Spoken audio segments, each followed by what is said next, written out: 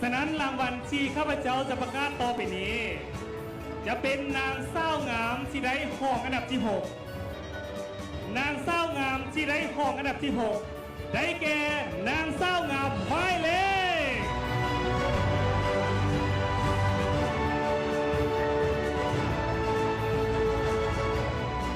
ขอแสดงความยินดีกับนางเศร้างามหมายเลขเก่า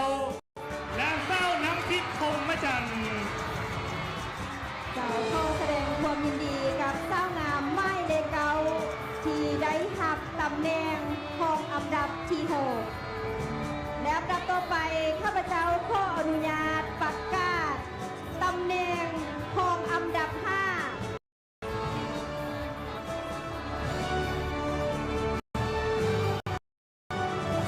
ขอแสดงความยินดีกับเจ้างามไม้เล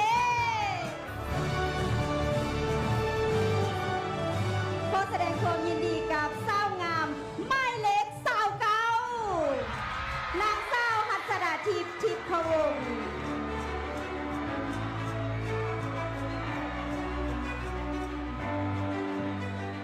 ต่อไปจะเป็นการประกาศของอันดับที่ 4นางเศร้าที่ได้ของอันดับที่ 4ได้แก่นางเศร้างามหมายเลข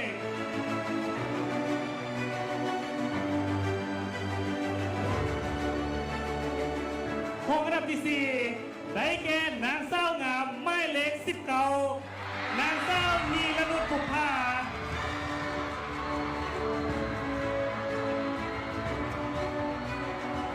อันดับต่อไป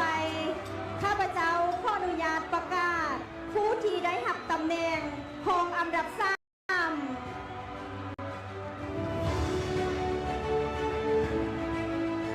ผู้ที่ได้หับตำแหน่งของอันดับ3ได้แก่หมายเลขขอแสดงความยินดีกับสาวงามหมายเลข13นางสาวสิทธิดาบุญภาปัญญา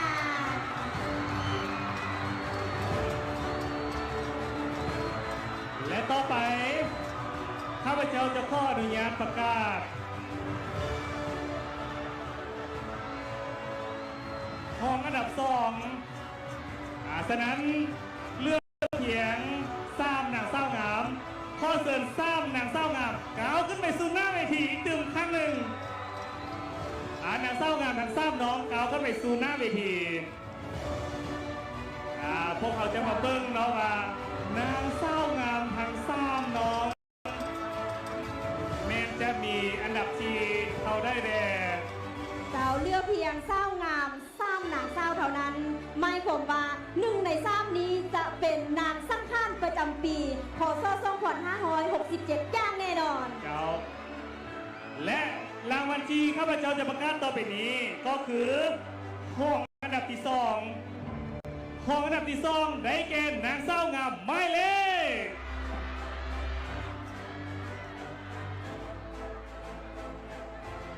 ขอแสดงความยินดีกับนางเศร้างามหมายเลข25นางเศร้าน้ำข้นซบดีใสเลื่อยเตือนซ่องน้องหนักก้าวขึ้นไปสู่หน้าเวทีเต็มขั้นหนึ่งข้อเสริญนางเศร้างามหมายเลข3และหมายเลข28ขึ้นสู่หน้าเวทีเต็มขั้นหนึ่งทรงหอยยิ้มให้ประธานได้ครับสมสำหรับคนเนาะที่พิธีกรจะประกาศต่อไปนี้คือนางสังขารประจำปีพศ2567พศ2024ถ้าว่าบอได้ประกาศผลได้แปลว่านางเศร้างามคนนั้นได้เป็นของอันดับ1นางสังขารในปีนี้ได้แก่นางเศร้างามหมายเลข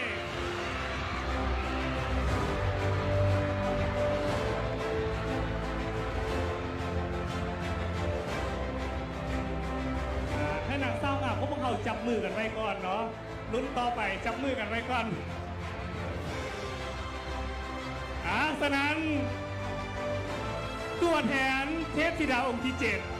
ทรงพระนามว่ามโหธรเทวีมือซ้ายถือกงจักร มือขั้วคือตรีสูตรหรือฮอกซ้ำงาม จะได้ทรงขี้นกยุงเป็นพาหนะในดินแดนแห่งเมืองมรดกโลก นางสังขารประจำปีนี้ ได้แก่นางสาวงามไม้เล็ก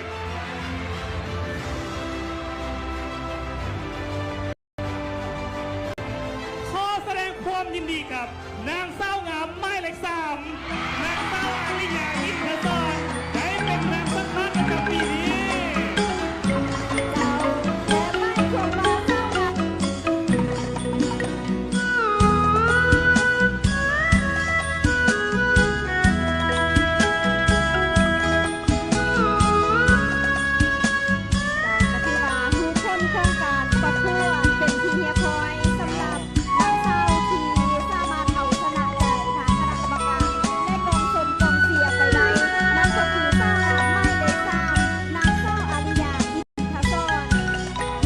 และปัจจุบันนี้ได้ควบลงเพิ่งเป็นที่เรียบร้อย โอ้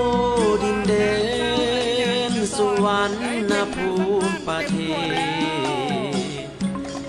อาณาเขตนครหลวงพระบางบรรพการร่วมกันขยันสรรสร้างเสียงทองล้านสางเอกอ้างฟ้าลาทอลนี ความหังมีสีมือเรื่องลือโลกาศิลปะล้ำค่ามาหลายห้อยปีหลวงพระบางอารามงามดังมณีให้เห็น